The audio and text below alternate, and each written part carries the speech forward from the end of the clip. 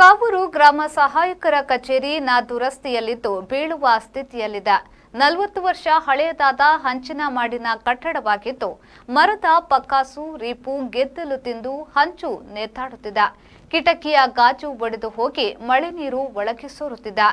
ಮಳೆಯು ಜೋರಾಗಿ ಬಂದ್ರೆ ಕಡತಗಳು ಮಳೆ ನೀರಿನಲ್ಲಿ ನೆನೆದು ಹೋಗುವ ಸ್ಥಿತಿ ಇಲ್ಲಿದೆ. ದಿನನಿತ್ಯ ಈ ಕಚೇರಿಗೆ ಹಲವಾರು ಮಂದಿ ಬರುತ್ತಿದ್ರು. ಈ ಸಂದರ್ಭದಲ್ಲಿ ಕುಳಿತುಕೊಳ್ಳಲು ಸಾಕಷ್ಟು ಸ್ಥಳಾವಕಾಶವೂ ಇಲ್ಲ. ಗ್ರಾಮ ಸಹಾಯಕರ ಕಚೇರಿ ಇರಬೇಕಾದ್ರೆ ಸರಿಯಾದ ಮೆಟ್ಟಿಲಿನ ವ್ಯವಸ್ಥೆಯೂ ಇಲ್ಲ. ಹಿರಿಯ ನಾಗರಿಕರು ಕಚೇರಿ ತಲುಪಲು ಇನ್ನೊಬ್ಬರ ಸಹಾಯ ಅಗತ್ಯವಾಗಿ ಬೇಕಾಗಿದೆ. ಈ ಹಿಂದೆ ಇದೇ ಭಾಗದಲ್ಲಿ ನೀರಿನ ಟ್ಯಾಂಕ್ ಒಂದು ಬೀಳುವ ಸ್ಥಿತಿಯಲ್ಲಿದ್ದಾಗ ಹಲವಾರು ಬಾರಿ ಮನವಿಯ ಬಳಿಕ ಕೆಡವಿ ಹಾಕಲಾಗಿತ್ತು. ಇದೀಗ ಈ ಕಟ್ಟಡದ ದುಸ್ಥಿತಿಯು ಇಂದು ನಾಳೆಯೂ ಎಂಬಂತಿದೆ. ಗ್ರಾಮ ಸಹಾಯಕರು ಗ್ರಾಮಕರ್ಣಿಕರು ಇಲ್ಲಿ ಕರ್ತವ್ಯ ನಿರ್ವಹಿಸುತ್ತಿದ್ದು ಜೋರಾಗಿ ಗಾಳಿ ಮಳೆ ಬಂದಾಗ ಆತಂಕದಿಂದಲೇ ಒಳಗೆ ಕುಳಿತುಕೊಂಡು ಕೆಲಸ ಮಾಡುವ ಸ್ಥಿತಿಯಿದೆ. ಗ್ರಾಮ ಸಹಾಯಕರ ಕಚೇರಿ ಕಟ್ಟಡ ಆಗುವ ತನಕ ಕಾವೂರಿನಲ್ಲಿರುವ ಮಂಗಳೂರು ಮಹಾನಗರ ಪಾಲಿಕೆಯ ಮಾರುಕಟ್ಟೆ ಕಟ್ಟಡಕ್ಕೆ ತಾತ್ಕಾಲಿಕವಾಗಿ ಸ್ಥಳಾಂತರವಾಗಲು ಸೂಚನೆ ದೊರೆತಿದ್ದು ಮಾರುಕಟ್ಟೆ ಕಟ್ಟಡದಲ್ಲೂ ಸಾರ್ವಜನಿಕರು ಭೇಟಿಯ ಸಂದರ್ಭ ಸ್ಥಳಾವಕಾಶದ ಕೊರತೆ ಎದುರಾಗುವ ಸಾಧ್ಯತೆ ಇದೆ.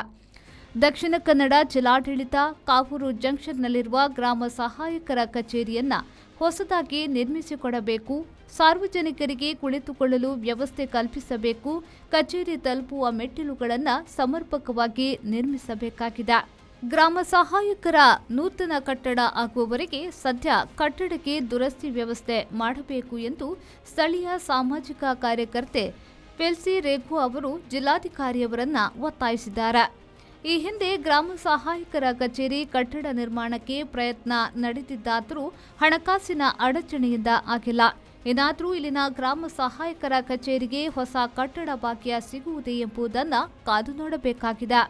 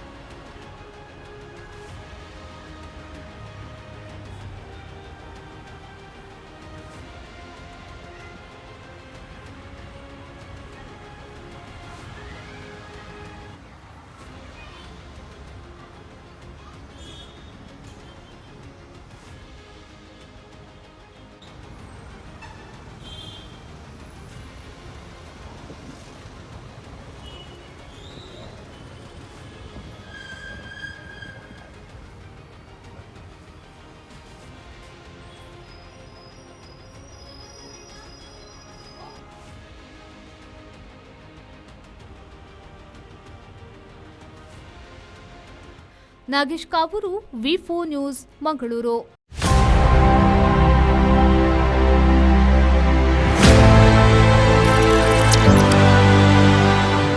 The Islamic Academy of Education was established in 1991.